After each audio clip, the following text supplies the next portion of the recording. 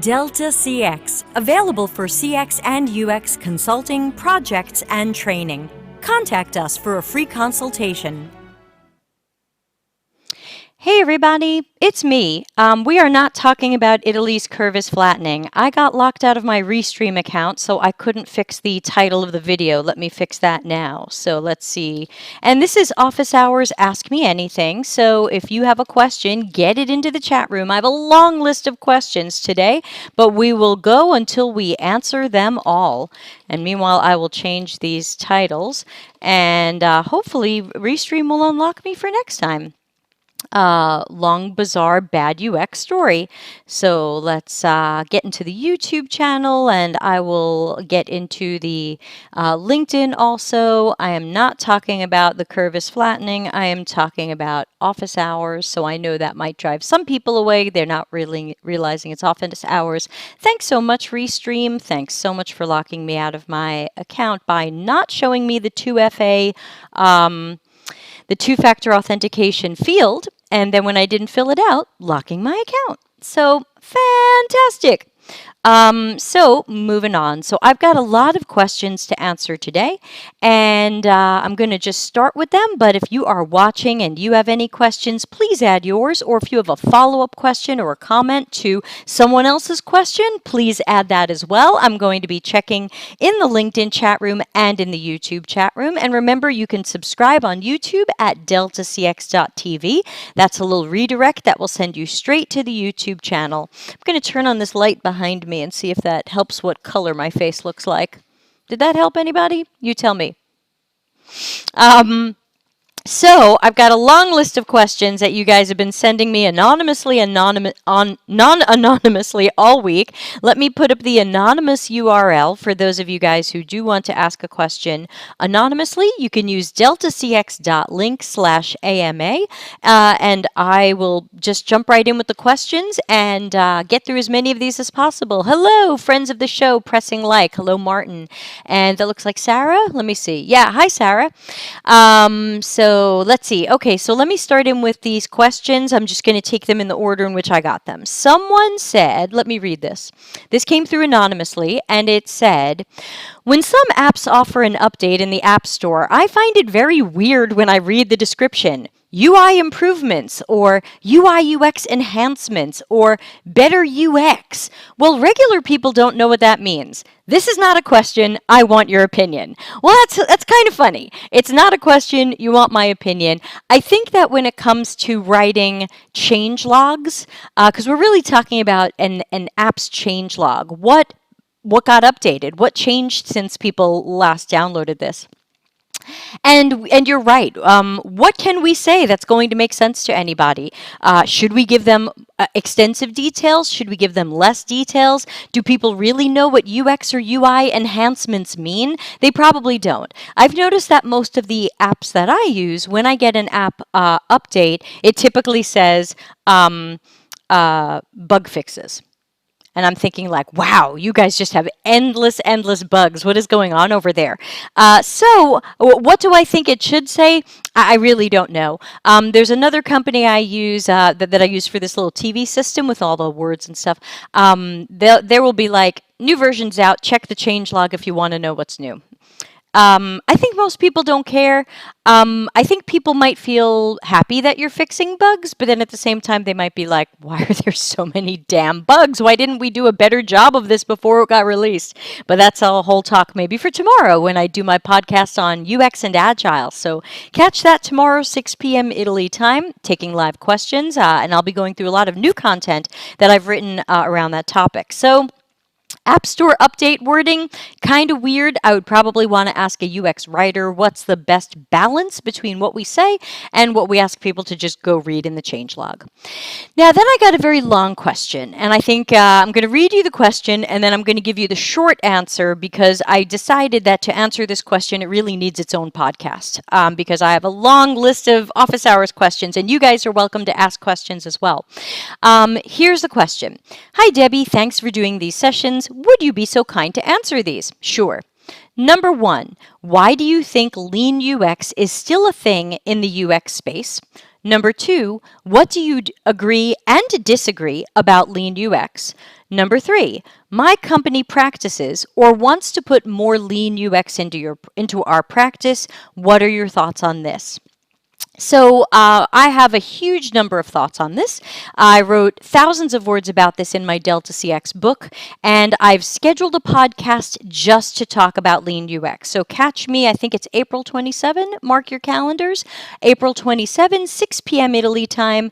I'll do a full podcast just on the evils of the Lean UX book.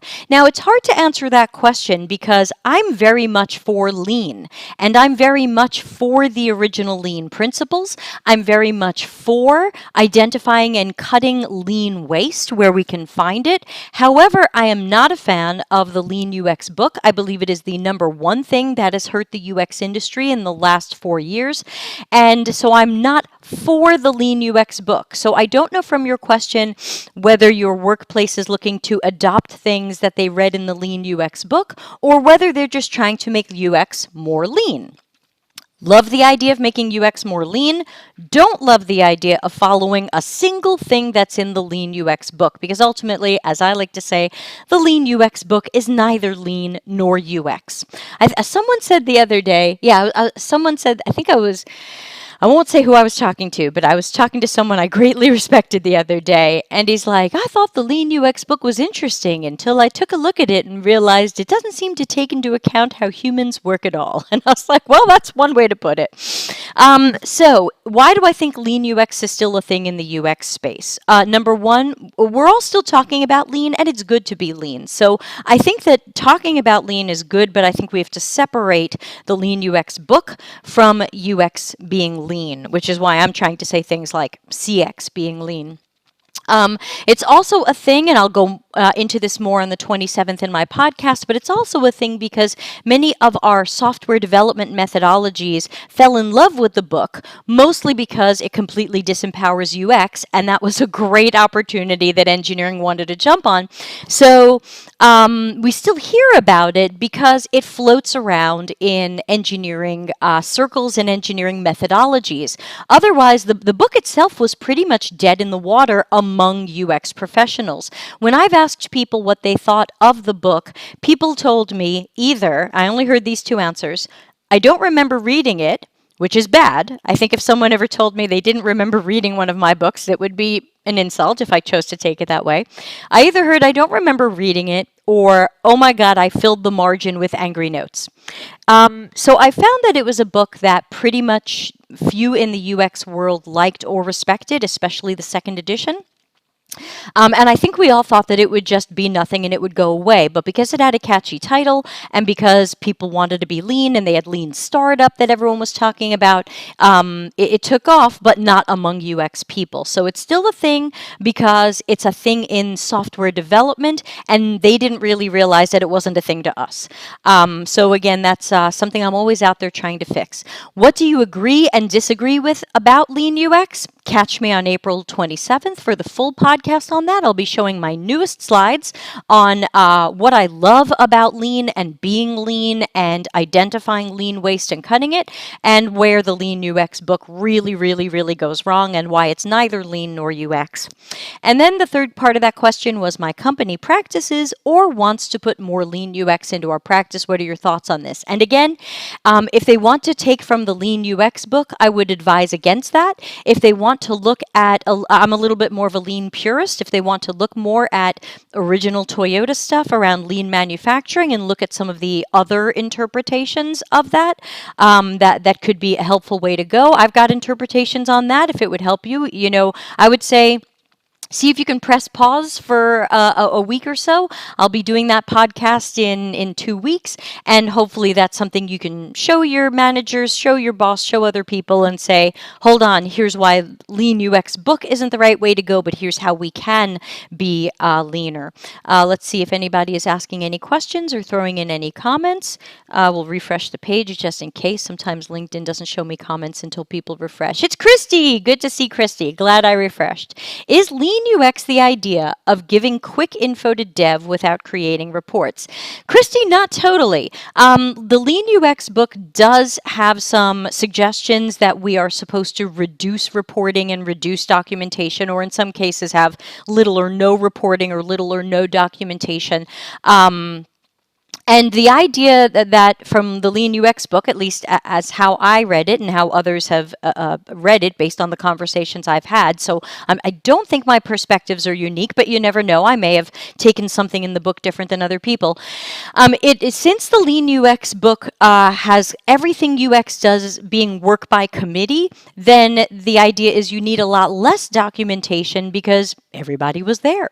And you don't need as much documentation or reporting to people like developers because based on the Lean UX book, you designed with a developer. Some developers stopped what they were coding, stopped working on story points, and sat with you to design with you, to plan your research with you, execute it with you, and interpret your research with you. So the Lean UX book does have some suggestions around reducing documentation, reducing reporting. That does sound lean, but I'll be exploring in 2 weeks why the direction they go with it is somewhat misguided and how you really can't have no documentation because let's face it, and especially we're all quite aware of this in the past month or so, people lose their jobs.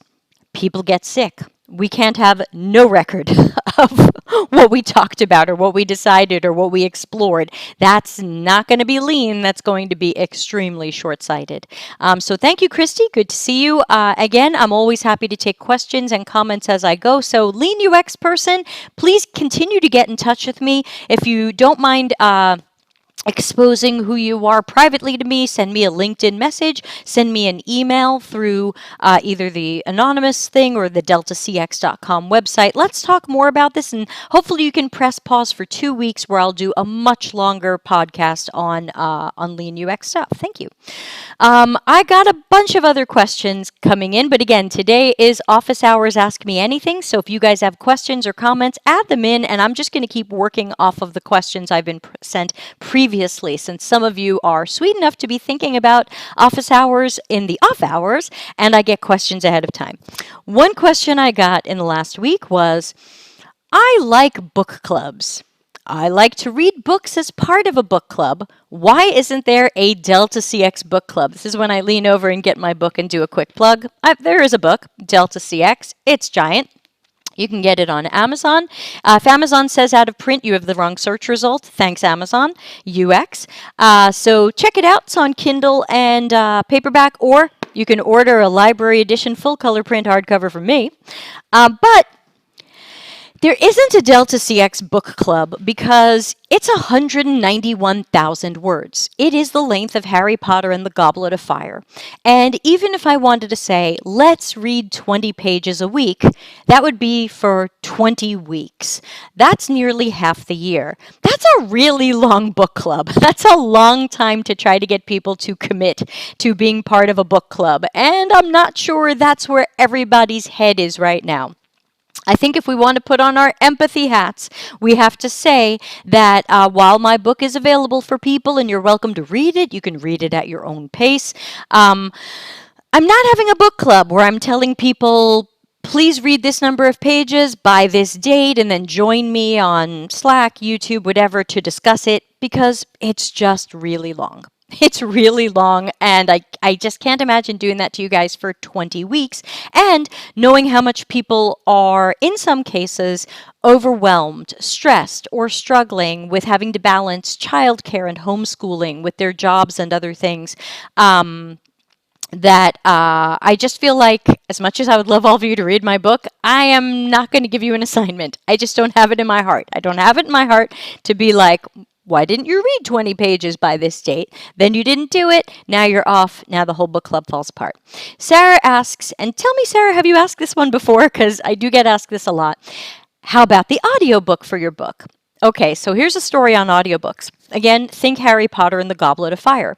If you go to audible.com or Audible app and you take a look for Harry Potter and the Goblet of Fire, which is the exact same length as my book, you will see it is over a 20-hour audiobook. Now, the rule of thumb in voice narration and audiobook production is 6x. So you take the number of finished hours, that's what we call it in the business, so 21 hours of finished audio, and you multiply that by 6. That on average is how long your project is going to take to create that audiobook. So that means that my audiobook, knowing that it is 21 hours of finished audio, would take me over 120 hours to read, narrate, and then to edit and produce. Now, luckily, I have those abilities. I've got a home vocal booth that you guys sometimes see from some of my podcasts when I'm in my booth. I've got equipment. I have a background in sound engineering. Like, I'm capable of doing this, but that's nearly a month of full-time work. And it's really hard for me to put that aside right now. Also, a lot of people told me they wanted an audiobook to listen to on their commute. And not too many people commuting right now. So what I'm working on instead is I am working on the interactive workshop version of the book. So I'm turning the best parts of the book into PowerPoint slides. I'm creating some exercises that people can do around different points, and I'm making that. So in fact, some of the groups of slides that you've been seeing in some of my recent podcasts and my upcoming podcasts is really me previewing some of these pieces that will end up in this workshop. And I wonder if for some people the interactive workshop would be better, even better than the book, because you'll still hear my voice. You'll have slides you can look at if you want to, or you can not see the slides and you can just listen to my voice. And I promise I'll describe slides just in case somebody can't see them for any reason. And then there will be fun, hopefully fun, interactive elements. So I'll probably do that before I do the audiobook. I did start recording the audiobook in my booth, but I found that it really wore my voice down fast. And I still have tens of hours of recording to do, and it was burning down my voice. So I've decided for now I'm actually going to give myself the gift, because some of us have the luxury of time right now, and I only have that because I've chosen not to have children. I'm going to give myself the luxury of practicing my singing, which taxes my voice. So no Delta CX book club right now. You can all demand it if you want, and I'll come up with something, but I just can't imagine giving stressed out people an assignment right now. That just seems low empathy. So not going to do it. But please do read my book if you'd like. Also got a question. Why do I say CX instead of UX, and has that impacted my business at all? In my Delta CX universe, I am using the word CX more than I'm using the word UX. I do also have another brand name that I use, P-type, short for prototype, where I'm using the word UX more because I have a different target audience there. So I am still using both words a little bit, with leaning more on CX, and that is because now CX is one of those things that people define differently. It's not as bad as design thinking and the number of definitions that has, or the number of definitions that empathy. Oh, I didn't hold it up high enough. UX, it says it.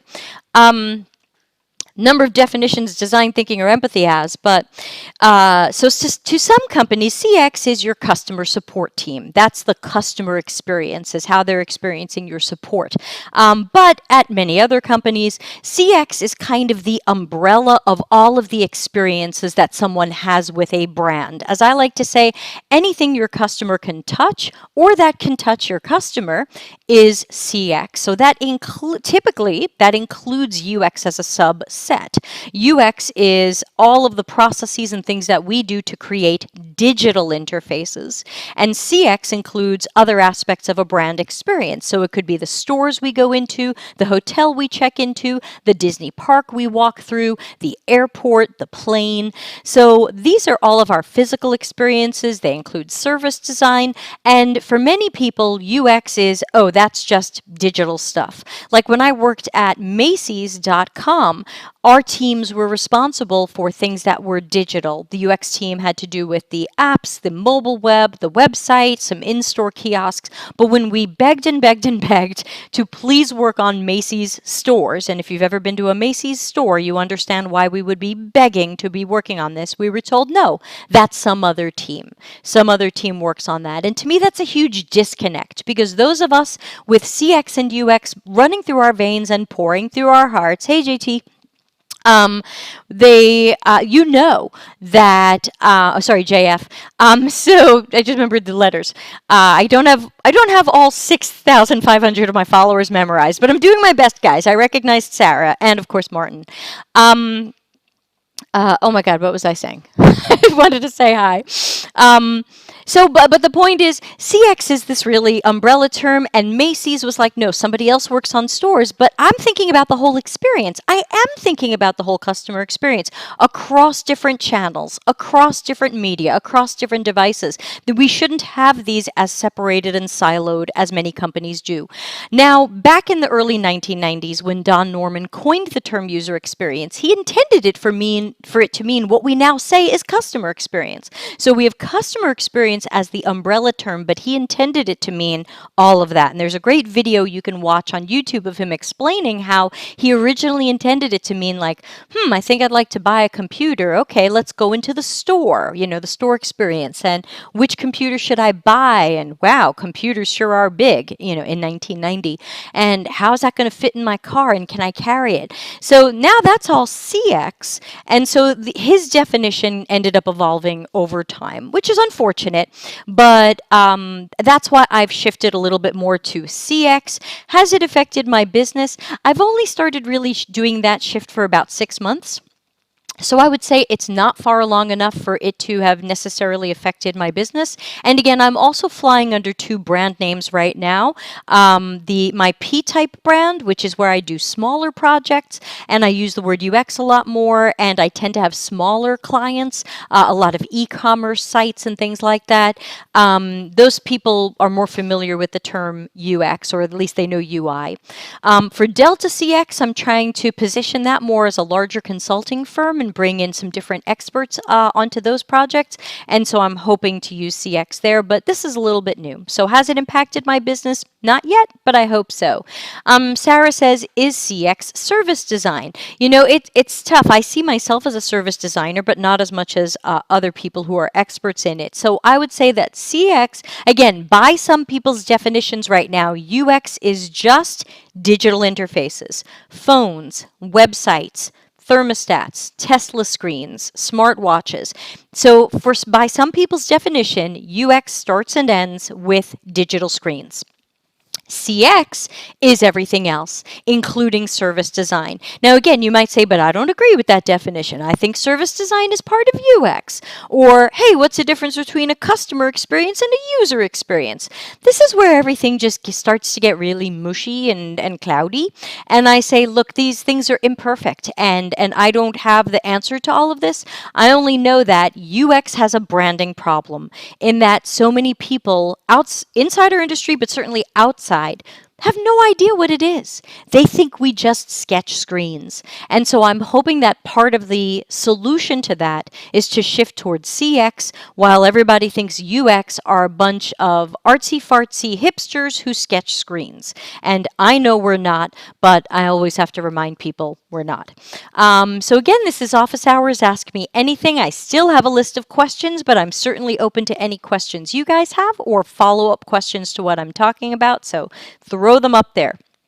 Another question I got in the last week was, how much design should a researcher know to do a usability audit? I know a little bit about heuristics, but should I know about best practices, like whether or not someone should use a hamburger menu? So that was a really interesting question, and I'd probably rather get an answer from someone who's more of an expert UX researcher. I do a lot of UX research, but I just consider it part of my T-shapedness. I don't consider that my top specialty, even though I feel it's something I'm strong at. So I would love to hear a specialist researcher's answer to that, but my thought is that Some of the researchers I met felt like they weren't the strongest interaction designers or information architects, but they could still recognize when something was a good or bad UX choice. Hello, Giriraj. Okay, I hope I got that. I'm bad with names. Hopefully, I got that one. Okay. Hello, welcome. Um, so I think that it's important if you are going to be doing audits, analyses, and things like that, that you do have to know some best practices and you do have to know heuristics so you know where things are going wrong. You should definitely know lots of your psychology foundations. And the way that I look at it is like this. I'm not a great artist. I'm a pretty mediocre artist. You should not be giving me visual design. But I've done a decent amount of art direction in my life and my career because I can speak to artists. I understand what they're doing. I can convey some of my ideas and they can turn that into something awesome or improve on my ideas and make it even better. And I can look at visual design and I can notice things that I might want to assess about it. Is it consistent? Is it modern? Is it easy to read? Is it usable? Is there good accessibility, or might people with vision, mobility, and other issues have trouble with something about the visual design? Does it adhere to some of the standards for accessibility, like the guidelines on color contrast? I think that I can know enough about visual design to have an assessment of it, but you still wouldn't want me to do the visual design. And perhaps the answer is the same thing could be true for user researchers who want to be able to do audits and assessments, and they should know best practices, but that doesn't mean we necessarily make them do the information architecture or the interaction design. So always keep knowing the things. So hopefully that's some sort of possible helpful answer. We have a follow-up question in LinkedIn from Vibov. I'm sorry if I'm pronouncing that incorrectly. You guys know how bad I am with names. I don't have my glasses on. I think that's a he. I apologize again. With so much confusion between UI, UX in the industry, don't you think introducing CX would add confusion? Well, first of all, I'm not introducing CX. CX has been around for some time. There are many other people who are using it. Just poke around LinkedIn long enough and you'll see somebody who works in what you think of as UX using a CX title. And so, first of all, this is not like me being the only person bringing this up. And so this is not the Debbie show. I'm one of many people who are using this term. CX doesn't fix the confusion between UX and UI. Ultimately, UI is visual design and is many people consider a subset of UX and therefore is still a subset of CX. So in my book, I talk about some fresh job titles we might want to consider for our roles. And I do differentiate between someone who is doing research and testing from someone who is doing information architecture and interaction design from someone who is doing visual design. So I think we're still going to separate these things no matter what we call them, whether we're calling it interaction design or visual design or whatever. And so I think that this is a time when a lot of terms are evolving. And I mean, just think about there's titles out there that are still extremely bizarre and confusing, like product designer. I was absolutely sure I was a product designer until it started meaning a visual designer who does some interaction design. And then I was like, oh, no, wait, that's not me. And I even had a license plate in California that said UX UI because I was like, yeah, I design interfaces, until that meant you were a visual designer who sketches some screens. So, these terms keep changing and I can't fix them all. I can only make suggestions about where I think we could have improvement and see if anybody jumps on board. Angie says, my thought is that CX brings up customer or consumer, and as a UX researcher, I don't necessarily focus on buying behavior, but on the experience of using and integrating the product into their life. Just a thought. I do agree UX has a branding issue. So this is another one, and thank you, Angie. And yes, it does have a giant branding issue.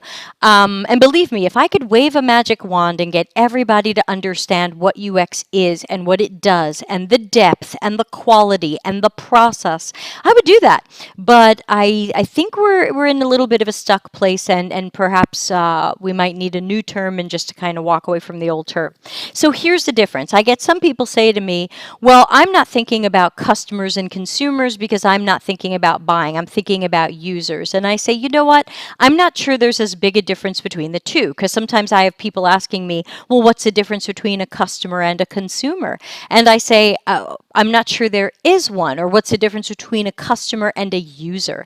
And I say, look, to me, a customer is a potential customer or a current customer. It's someone who could be buying or using what we offer, a product, digital product, physical product, a service, or an experience. So in my book, I use the term PSE for products, services, and experiences. These are the things your company offers. Maybe one of them, maybe all of them. And I don't get too bogged down by, is someone a customer of that? Is someone a consumer of that? Is someone a user of that? I sometimes feel like user is a little bit cold. I know it's an accepted term, so I'm not saying, oh my God, never use it again. But I think there's something cold about calling humans users. I like when we call them humans, like when people say human-centered design and your LinkedIn says human factors. I think we got to bring the human back a little bit. But I find that I think there's a little bit of a psychological disconnection about user. And I think when we're talking, you always see an article that says, UX people, you've got to speak the business's language more. You've got to speak stakeholder language more. And I say, I wonder if part of that is thinking in terms of customers. That what can I architect and design and research and test for our potential and current customers, because ultimately our business has goals, and UX or CX or whatever we want to call it is going to get better and better and level up that maturity if we can partner with people on the business side and show them that we can help achieve those goals. Otherwise, they think we are grunt workers that sketch screens. My email's going crazy. Are you guys sending me questions? No, you are not. Okay, so it's something else. So, Angie, it's not that I disagree with you. It's more that you don't have to focus on buying behavior. You're talking about the experience of someone using a product in their life. But by using that product, they are a customer or a consumer of it. So I just tell people, please don't bother fighting over user versus customer versus consumer. We have enough problems in our industry where we don't want to start picking Old West gunslinging fights over every possible word. Otherwise, you have to remember, people outside our industry look at us and go, look at these people. This must be some sort of young, wacky, undefined Wild West where these people don't even know what they are. They can't even agree on who they are and what they do and what they call stuff. Oops. That's my LinkedIn. That's how far back you guys are. You're a good minute or so back. That's why I always tell you to subscribe on YouTube. It's less of a delay. So Angie, agreeing with you, but I think we have to decide which battles we want to pick, and especially with each other. And remember that when we can't get this together, and if we can't start converging some of our terms and speaking the same language within our industry, we're just going to continue to look really weird to those outside of our industry. So, one woman's opinion. A question I get nearly constantly, and I want to address it here now since we've got time, and also this is Office Hours Ask Me Anything. I am checking both YouTube, hello 4 people watching, and LinkedIn, hello 7 people watching. It's a big turnout today, thank you. Ask anything. You can also use the anonymous link down here to send me a question if you want to be anonymous. Sometimes people tell me about troubles they're having at their job and they don't want anyone to know who they are. I won't know who you are. You can use the anonymous link, or you can ask right in LinkedIn or YouTube. Next question that I must get roughly 40 times a week. Hey Deb, sounds like you don't like UX boot camps. No, I don't. Well, what do you recommend? If somebody wants to learn UX or start studying it or begin a transition into UX, what do you recommend? Sorry, taking a drink of water for those of you not looking at the screen. It is April 2020. Most of us are in lockdown. Many people we know have been laid off. Many jobs don't exist right now. It's not only a tough time to transition into UX, it's a tough time for even a veteran to get a job. What do I recommend? I don't have a recommendation that people are happy with. I've tried telling people that perhaps now is the time to press pause on this because partially because the job might not be out there for you, and partially because UX boot camps are garbage. I predicted last year that they would change or die this year, and I'm thinking that's mostly happening, partially from their own problems and partially from what else is going on right now. But I've seen so many problems happening with General Assembly grads, with Lambda grads, with who was that other one that I saw catching on fire? Was it Career Foundry? There's a few others. There's some controversies out there. I'm not happy with UX boot camps. I'm not happy with their curriculum. I'm not happy with what they teach. I'm not happy with how they teach it. I'm not happy with who teaches it. Most, not all, most of them are teaching you the wrong things in a very surface, shallow way, not the depth and quality that we really need to know to do things. And in many cases, but not all, your instructor has little or no UX history. Many of them are artists and graphic designers. Some of them are web developers or front-end coders. And there's a reason you don't learn hairdressing from a plumber. So I find in general that UX boot camps are not doing a great job. Now, godfather of modern UX, Don Norman, let's have a shrine to him for a moment. I need to make like a shrine graphic behind me. He announced a month or so ago that he was going to be spending the next year working with a large committee of experts to reimagine, redesign, and completely redo UX education. He is not happy with UX education. He's not happy with it at the boot camp level. He's not even happy with it at the university level, and I agree. So, UX education is going to be very different in a year or two from now when one of the top experts on the planet, Don Norman, says, this is what it should be. This is what you should learn. This is how you should learn it. Now, I've got a bunch of ideas on what should we learn and how should we learn it. And I was going to experiment with those, but then the world crashed. And so I've put some of my experiments on hold. I'm talking to a company now who might be interested in running some of those experiments with me, but we haven't reached a deal yet. But I'm hoping that some of my ideas will come to life. They wouldn't be against what Don Norman is doing. They would just be variations of, I'll support whatever he comes out with because I know he's going to come out with something well thought out and fantastic. Tatawan says block. Tatawan, I know some people who went through Block, and I am not happy with their education. One of the worst things about UX boot camps is I found that many people got few or no work reviews, which means you're doing UX exercises or tasks, and you're guessing at them. And then nobody's checking your work, or they're not checking it with real depth, or they're just checking off that you did it. Yeah, that looks like a customer journey map. You did it. And I can tell this because some of you know in December, January, February, I looked at 60 portfolios, mostly from people who graduated various trade schools around the world, boot camps, as well as some people doing university degrees. And out of those 60, I found 4 people who looked like they could do the job. And then, of course, I did podcast episode number 18 of the best portfolio I saw, because that guy had the best portfolio, and I did another one around there, but I don't remember the number. You can check the playlist in the YouTube archive. I interviewed 2 hiring managers on why they mostly don't hire UX juniors. Short version, they didn't learn enough to be able to do the job. Remember, UX juniors, that the stuff that the boot camps and other authors tell you, like, hey, just study a little bit or take this boot camp or self-study and then find a job that's going to mentor you and help level you up, kind of doesn't exist. Companies expect people coming in to work in UX or CX or whatever they're calling it can hit the ground running and do the work.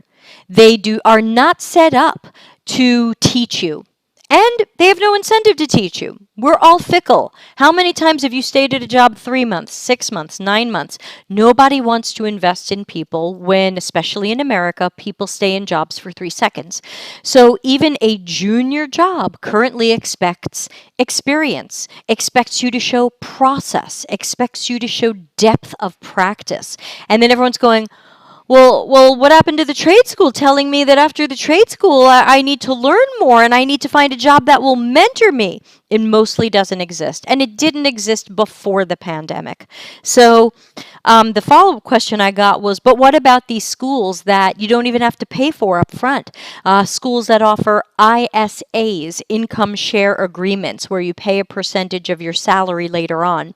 Or what about schools that guarantee you're going to get a job where you don't pay for the school, or they only want a percentage of your salary for 1 year?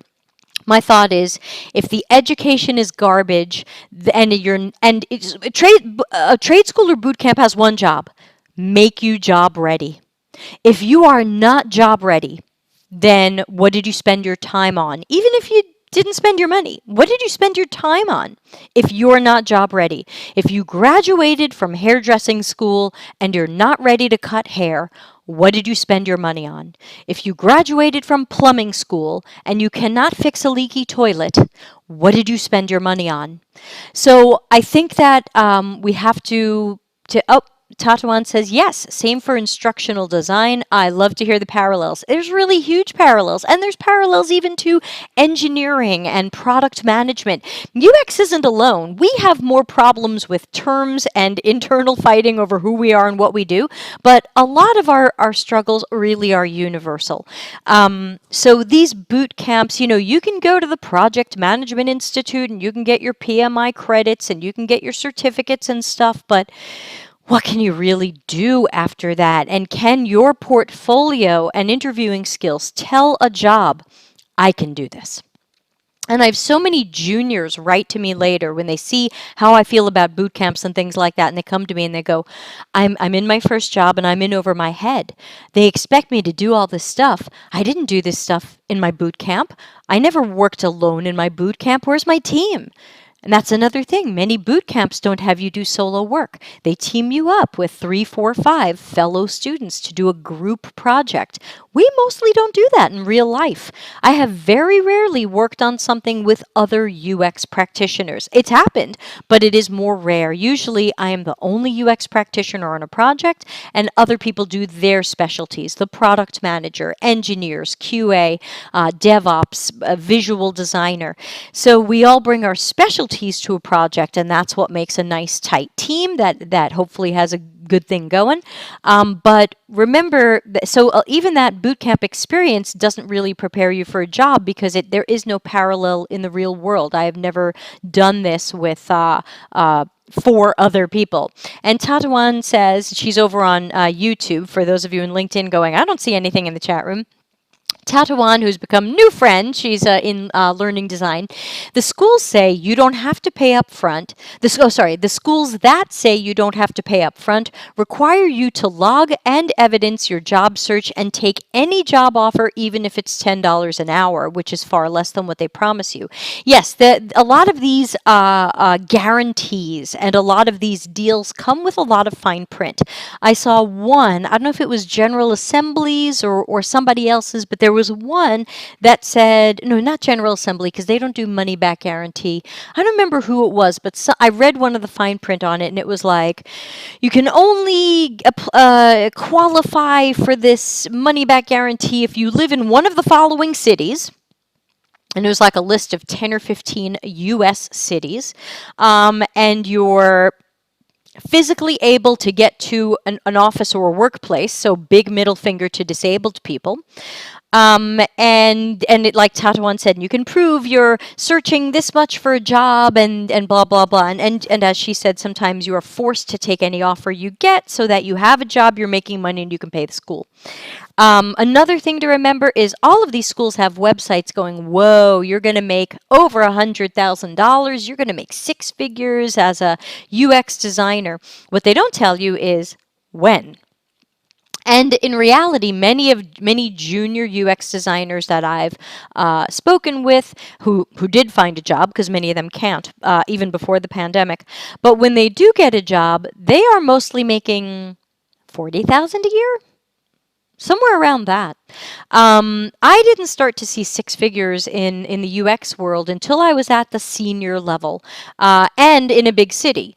So if you can be senior level in San Francisco, a huge hub of tech and UX and CX, then sure, if you're senior level or higher, you can be making over $100,000 an hour, but you're I said $100,000 an hour. I'm so sleepy. $100,000 a year. Sorry, everybody. Don't get excited.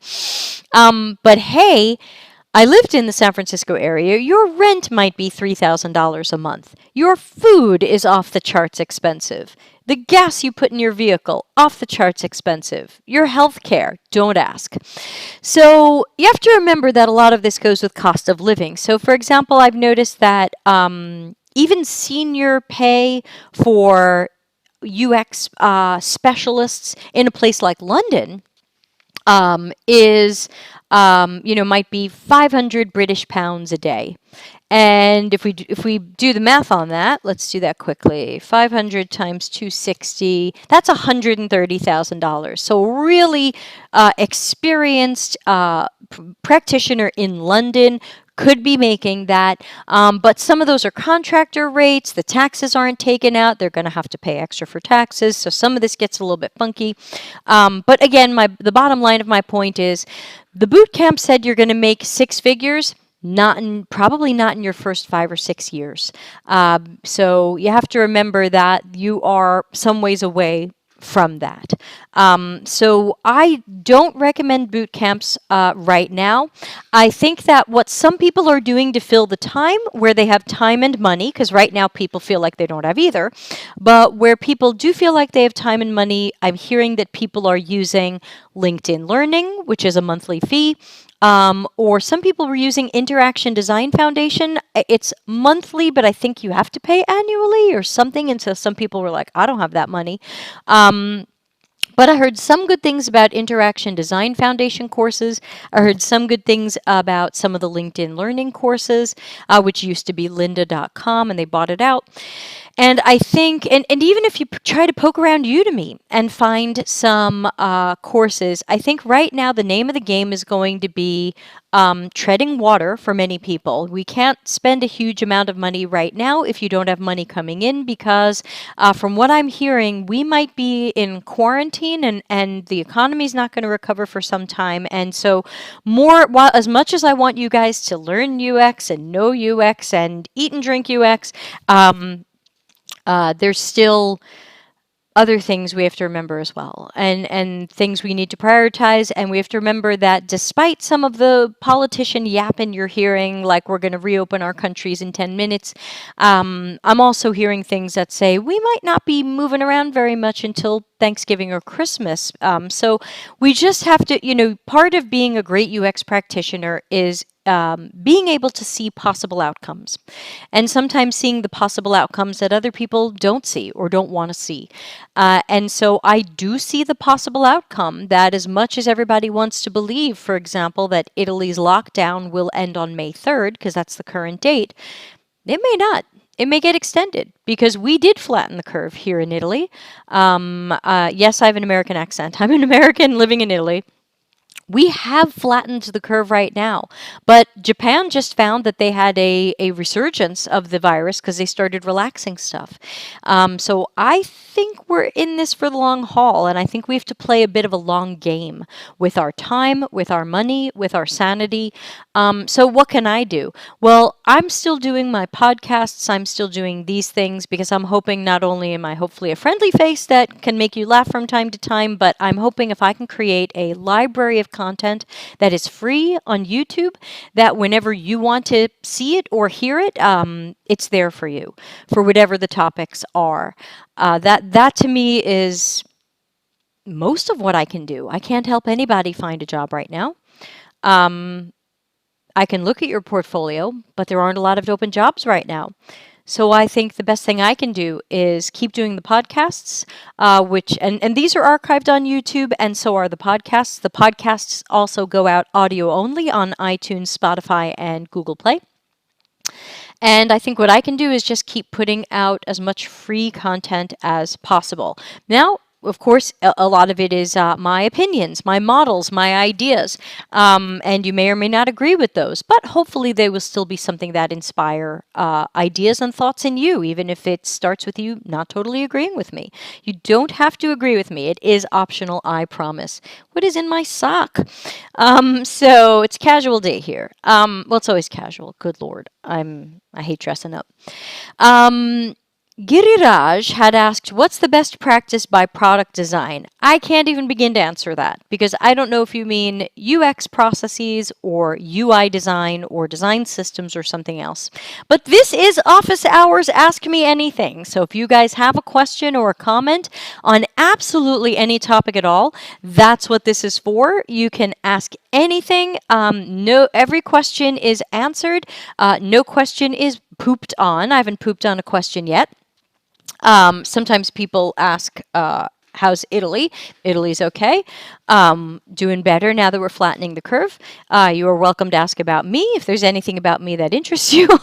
Hopefully, for those of you who are friends of the show, hopefully I look like I'm losing weight. I've been doing keto. Am I successful? You guys tell me. Like I've lost perspective, but at least I know that. Oh, am I supposed to be doing something? That's my phone reminder to do something. What am I supposed to do? Yeah, I could do that.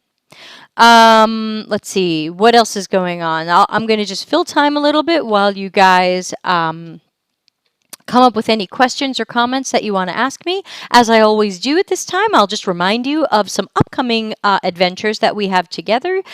Today is April 14. This was office hours. Tomorrow, April 15 at 6 p.m. Italy time, I will be doing a long podcast on UX and Agile. And for those of you who've seen me talk about it before, I've got a whole bunch of new slides. I've got new content, new ideas, new models, and new points I'd like to make on how UX can be agile and where UX and agile are not good friends. So that will be tomorrow. Of course, it'll be archived on YouTube if you miss it. So please subscribe on YouTube. You can get there by going to deltacx.tv. That's just a redirect. It'll take you to the YouTube channel where I've got over 220 subscribers now. Thank you, subscribers. And it's not monetized, not sponsored, so you really shouldn't be seeing any ads. Next week, we have a really cool podcast coming on Monday. We've got Dr. Giles. We'll be talking about, and here's our topic, clinical UX puts the H in HCD. So we're going to be talking about clinical UX, which is a term he invented, and how it's different than healthcare UX. So that will be Monday. Office hours, Tuesday the 21st. And then the last week of April, Monday the 27th, is going to be my podcast on Lean UX. Tuesday the 28th, office hours. And Wednesday the 29th, our rescheduled podcast on UX research, resumes, portfolios, and interviewing with favorite guest, Michelle Ronson from CuriosityTank.com. So a lot more coming in April. In May, I may change what times of day these things are. So if you guys are watching live right now, tell me, based on the time it is right now for you, is this a good time for you? Would you like it a little bit earlier, a little bit later? I wouldn't move it significantly, but let me know how it goes. Hey, new friend Farzin. He says, hi, Debbie. Do you have a precise update on when The Godfather will look at the UX curriculum? I do. If you go to Don Norman's website, which I can't remember the web address for right now. Give me a second, see if I can remember it. Don Norman's website. No, that's not it. If you go to Don Norman's website, you will find that he has a paper, because he comes from an academic background. Okay, here it is. Don Norman's website is N like Nancy, D like David.org. And he's got, let's see if it's on his homepage. He's on his homepage, you'll see a little box that says Changing Design Education for the 21st Century. And then if you go to that page, he links to an academic paper that he wrote with some other people. And that was what I was looking at. Now, he released this paper, or at least this abstract of this paper. I don't think it's been fully published yet, but I think he published some aspect of it. I think he published a piece of it in a journal in March, so that's a month ago. And he said that he's starting out with 10 people, and eventually he believes he'll have 100 people or more who are going to help him develop this curriculum, and he believes it will take at least a year. So as for the time frame for Don Norman to redefine what we should be learning in design UX education, I don't think that's coming this year. I hope it's going to come next year, but I don't have a specific date, only because Don Norman doesn't have a specific date. His website says this will take a year or more and could end up involving several hundred people. I would love if it involved me. But whoever it involves, I trust Don Norman's ability to choose the right people. So until then, we don't have a lot of great choices out there, and that's why I suggest to people that they just maybe hold. I know you want to get into UX. I know you want that job right now, but let's face it, now is not a great time for any area of the tech job market for the most part. And I don't want to see you guys throw good money after bad. I don't want to see you regret it later, the way some of the bootcamp graduates I've spoken to seem to regret it. Nearly everybody told me they felt like they overpaid, and nearly everybody told me they think if they had done self-study online with courses, they would have learned the same thing. Now, sadly, they might have learned it at the same depth. So I try to tell people, if you've got some money that you want to spend on this, spend it on a coach. Spend it on someone who can take a look at your work and help you with it. If you're going to do sample projects, how do you know if you're getting them right or if you're guessing at UX? So that's where you really need that mentor or coach. Excuse me a moment.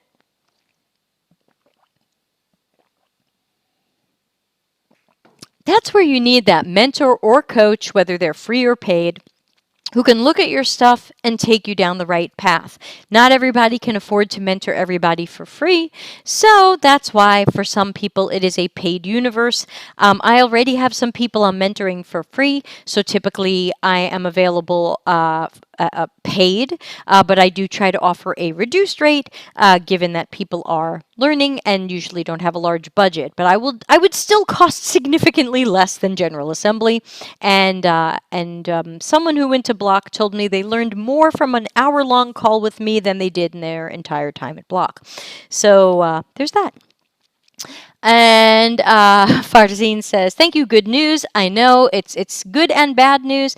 Tatouan said, this is a good time for me to catch your office hours. Well, cool. Anybody else? Is this a good time to catch it? I've noticed a lot of other people stream at the same time, and so I thought maybe I should move it so that I'm not overlapping their streams, just in case they're extremely interesting. But let me know, because I tried to pick this time so that I'm covering as many of the world's time zones as I can. Sorry, Australia. But I've got, India.